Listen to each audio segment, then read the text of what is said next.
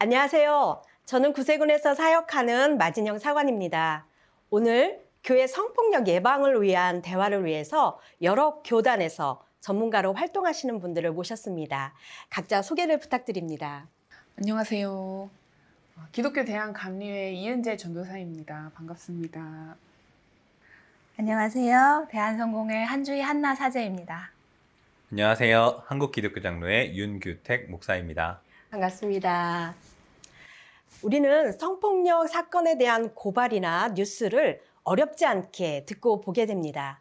시대와 장소 상관없이 사람들이 함께 살아가는 곳이면 어디서든지 성폭력은 일어나고 있습니다. 안타깝게도 교회도 예외가 아니라는 것입니다. 신앙 공동체인 교회 안에서 성폭력이 발생하게 되면 피해자뿐 아니라 공동체 구성원 모두가 영향을 받게 됩니다. 그렇기 때문에 무엇보다 예방이 가장 중요한 것 같습니다. 오늘 진행되는 대화를 통해 성폭력에 대한 이해와 교회 성폭력을 예방하기 위해서 우리들이 할 수 있는 방법을 찾아내기를 바랍니다. 먼저 성폭력에 대한 올바른 이해가 필요할 것 같습니다. 우리가 어떻게 하면 쉽게 이해할 수 있을까요? 먼저 우리는 경계라는 개념을 통해서 성폭력을 조금 더 구체적으로 이해할 수 있습니다. 경계는 서로 구분되고 나누는 기준을 말합니다. 예를 들어 나라의 경계를 우리는 국경이라 부릅니다. 국경을 기준으로 나라가 서로 구분되고 국가 간의 약속을 지키며 교류합니다. 비단 나라뿐만 아니라 가정집에도 울타리와 벽이 있고 내 방에도 문이 있어 서로 경계를 나눕니다. 물리적 공간뿐만 아니라 우리는 신체적, 심리적, 정서적으로도 자신을 지키고 타인과 구분하는 기준을 가집니다. 우리는 이것을 경계라고 부릅니다. 이 경계는 각자의 자유와 권리를 지키고 보호합니다. 성경은 창세기 말씀을 통해서 하나님이 인간을 지으실 때 하나님의 형상과 모습대로 창조하셨다고 말씀하십니다. 모든 인간은 하나님 지으신 존귀한 권리를 가지고 있습니다. 이 권리는 나뿐만 아니라 모두가 동일하게 가진 권리이며 이러한 권리에는 성적인 권리도 포함됩니다. 성적으로 누구와 어떠한 방법으로 소통하고 교감할 것인지 스스로가 경계를 정하고 결정할 권리가 있습니다. 또 하나 잊지 말아야 할 것은 이러한 권리는 다른 사람에게도 있다는 점입니다. 아무리 친밀하고 선한 의도를 가졌다고 해도 다른 사람의 성적 경계를 동의 없이 침범해서는 안 됩니다. 자신이 자신의 성적인 경계를 선택할 수 있고 동의를 통해 교감을 나눌 수 있다는 말씀이 참으로 인상적입니다. 그렇지만 우리가 살아가는 사회 속에서는 자신의 의견을 쉽게 말하고 또 표현하기 어려운 관계도 있지 않을까요? 물론입니다. 자신의 의견이나 생각, 마음을 분명하고 솔직하게 이야기하려면 대화하는 사람들의 관계나 상황이 동등해야 합니다. 힘과 권력의 차이가 월등하게 있는 관계에서는 쉽게 거절하기 어렵죠. 이렇게 힘의 차이가 분명한 상황에서 발생되는 성폭력을 위력에 의한 성폭력이다라고 말하고요. 이때 피해자들은 상대가 가진 권력이나 힘 때문에 적극적으로 저항하거나 분명하게 거절 의사를 밝히기 어렵습니다. 이 위력에 의한 성폭력은 교회 성폭력에서 특히 많이 발생하는 유형인데요. 폭행이나 협박이 눈에 보이기보다는 관계를 기반으로 한 힘의 차이에 의해서 발생합니다. 다음 사례들을 들어보시면 좀 더 분명하게 와 닿으실 텐데요. 첫 번째는 예술계에서 발생한 성폭력 사건입니다. 유명 남성 무용수인 45세 L씨는 자신에게 개인 교습을 받으면서 입시 준비를 하던 19세 학생을 추행했습니다. 이때 L씨는 피해자가 저항하지 않았고 합의된 관계였다라고 주장했지만 법원은 가해자가 무용계에서 가지는 힘의 위력은 피해자의 자유의사를 제압하기에 충분하다고 판단하여서 업무상 위력 등에 의한 추행 혐의로 2년형을 확정했습니다. 두 번째는 직장에서 발생한 사례인데요. 모 치킨 기업에서 60대 회장이 입사한 지 4개월 된 20대 비서를 추행했습니다. 당시 회장은 비서에게 거절하면 불이익을 주겠다라고 직접적으로 협박하지는 않았지만 재판부는 피고인의 지위나 권세는 그 자체로도 피해자의 자유의사를 제압하기에 충분한 무형적인 세력이라고 평가할 수 있다라면서 업무상의 위력 등에 의한 추행으로 징역 1년형을 확정했습니다. 세 번째는 우리가 주목해야 할 교회 성폭력 사례입니다. 인천의 한 교회에서 30대 목사가 미성년자였던 여러 성도들을 추행해서 징역 5년의 판결을 선고받았는데요. 재판부는 피해자들을 건전한 신앙생활로 이끌고 보호해야 할 피고인이 피해자들의 미성숙한 자기 결정권을 이용하여 성적 욕구의 대상으로 삼았다라면서 형을 내렸습니다. 이처럼 위력에 의한 성폭력 사건에서 가해자는 흔히 자신은 폭력을 쓰거나 협박을 하지 않았고 피해자가 적극적으로 저항하지 않았다라고 하면서 이건 동의된 관계였지 성폭력이 아니었다라고 부인합니다. 그러나 물리적 폭력이나 협박이 없었다고 하더라도 자신의 진로와 경력에 여파를 끼칠 수 있는 능력이나 업무 감독자라는 지위, 혹은 목회자로서 갖는 친밀함과 영향력 등이 협박과 폭력에 준하는 힘으로 작용했기 때문에 재판부는 이를 위력에 의한 성폭력이라고 보았습니다.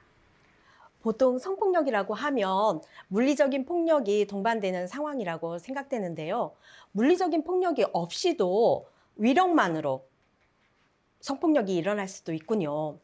위력이라는 것은 다른 말로 하면 보이지 않는 힘, 권력이라고도 할 수 있을 것 같은데 무엇이 보이지 않는 힘, 권력인지 우리가 어떻게 할 수 있을까요? 모든 사람은 사회적 지위, 영향력, 처한 상황과 맥락에 따라 권위와 위력을 갖게 됩니다. 권위와 권력에 사용되는 이 한자는 저울추입니다. 권위와 권력 자체가 문제이지는 않습니다. 하지만 이를 남용하고 악용해서 힘의 저울을 기울여서 불균형하고 불평등하게 배분하는 것이 문제입니다. 그래서 성폭력 예방을 위해서는 불평등을 발견해내고 수평적 문화와 평등한 태도를 가지는 것이 굉장히 중요합니다. 권력을 쉽게 알아채기 위해서는 공동체의 문화나 분위기 안에서 누구의 시선과 어떤 관점이 기준으로 설정되는가, 이것을 살펴야 합니다. 우리는 흔히 외국인보다는 내국인, 장애인보다는 비장애인, 아동보다는 성인이 기준으로 설정되어 있는 경우가 많습니다. 기준 자체가 기울어져 있음에도 이를 알아채지 못하는 둔감함에 성찰하기를 게을리한다면 공동체 안에서 괴롭힘과 배제, 폭력이 쉽게 발생할 수 있습니다. 목회자 역시 교회 안에서 권위와 권력을 가집니다. 목회자는 교회에서 교육, 가르침, 돌봄, 양육, 상담, 구제, 장학사업, 복지, 행정 등 다양한 범위의 전문성을 가지게 됩니다. 또한 신학적인 통찰을 통해 하나님 말씀을 선포하고 신앙적으로 성도들을 이끌 책임을 가지고 있습니다. 목회자로서의 전문성과 지위에 따른 힘이 자칫 성도들의 성적 경계를 침해하는 데 사용되지 않도록 스스로를 항상 성찰해야 합니다. 목사님이 말해주신 것처럼 여러 요소들이 힘으로 작용할 수 있는데요. 그 중에서 빠지지 말아야 할 것은 성별이라고 할 수 있습니다. 성인지 감수성은 이런 성별에 따라 발생하는 불리함과 불균형을 알아차리는 것을 말합니다. 성인지 감수성의 관점에서 보면 우리 삶과 문화가 어떠한 생각과 관점으로 여성과 남성을 규정하고 있는지 발견할 수 있게 됩니다. 예를 들면 여자 공중화장실에만 설치되어 있는 기저귀 교환대, 어린이 보호구역 표지판의 여성 보호자, 유모차나 잠옷실 등의 단어를 통해 육아와 돌봄이 여성의 역할로 고정한 편견이 있음을 발견할 수 있습니다. 이러한 편견은 여자다움과 남자다움이라는 성역할 고정관념을 만들어 나다움을 제한합니다. 이러한 편견은 성폭력 사건에도 영향을 끼치는데요. 대표적인 것이 성폭력 피해자가 성폭력을 유발했다는 편견입니다. 피해자의 옷차림, 늦은 귀가, 평소의 행실과 태도 등 피해자의 어떤 잘못이 성폭력을 발생시킨 것이라며 피해자에게 잘못으로 돌리는 것입니다. 우리 사회에는 남성은 성적인 주체이고 여성은 성의 수동적이고 소극적 대상이라는 고정관념이 있습니다.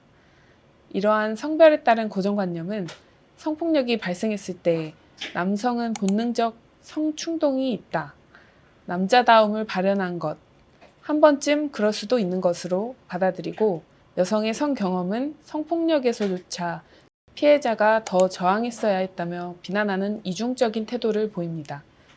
그렇기에 우리가 성폭력에 관한 이야기를 들을 때는 우리 사회의 여자다움, 남자다움이라는 고정관념이 성폭력 사건 판단에 영향을 끼치고 있지는 않은지 살피고 피해자의 상황과 관점에서 사건을 바라볼 수 있어야 합니다. 그동안 성폭력 문제는 가해자와 피해자만의 문제라고 생각을 했었는데요.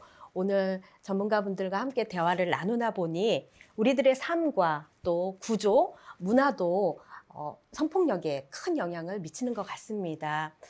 신앙 공동체인 교회 문화는 어떨까요? 우리가 더욱 주의를 기울여야 하는 교회 문화는 어떤 것이 있을까요? 우리가 가진 교회 공동체 문화 안에는 참 아름다운 전통들이 많이 있습니다. 그러나 성인지 관점으로 성찰하지 못하고 굳어진 문화들은 우리가 인지하지도 못한 채 성폭력에 이용되기도 합니다. 일단 교회 성폭력은 교회의 친밀한 관계와 개인의 흐린 경계를 악용하면서 발생합니다. 교회 공동체는 서로 친밀한 관계를 맺고 있지요. 우리는 서로를 자매, 형제라고 부르면서 우리가 예수 그리스도 안에서 한 가족이라고 서로와의 관계를 정의합니다. 뿐만 아니라 서로 사랑하라는 주님의 명령은 우리 삶 전체를 통해서 매우 중요하게 훈련하고 지켜야 하는 교리입니다.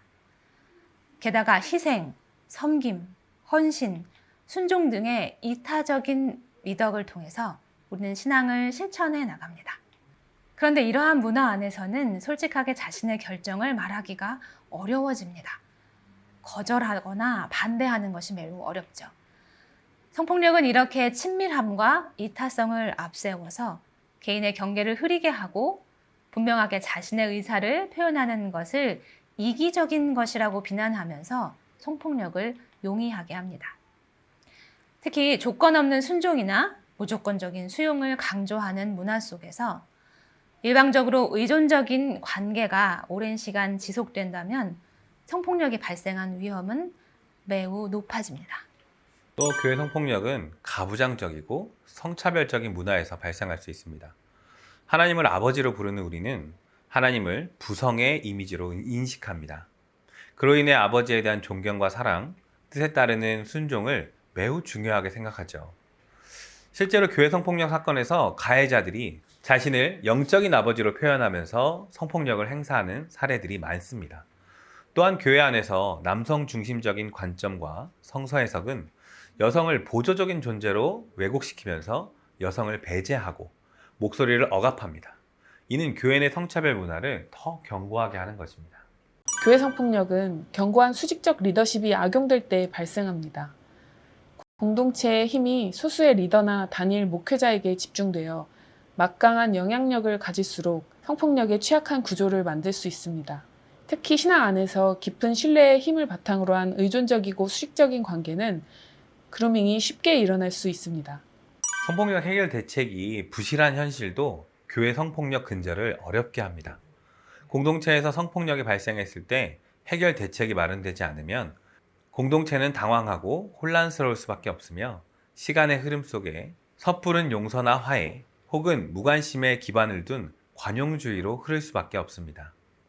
교회 성폭력은 이미 많은 언론과 방송에서 보도될 정도로 사회에서도 주목하는 사회 문제가 되었습니다. 쉬운 회개와 피해자의 동의 없는 용서는 계속된 성폭력의 굴레가 될 수 있습니다. 그동안 생각해보지 못했던 다양한 요소들이 성폭력에 악용될 수도 있군요.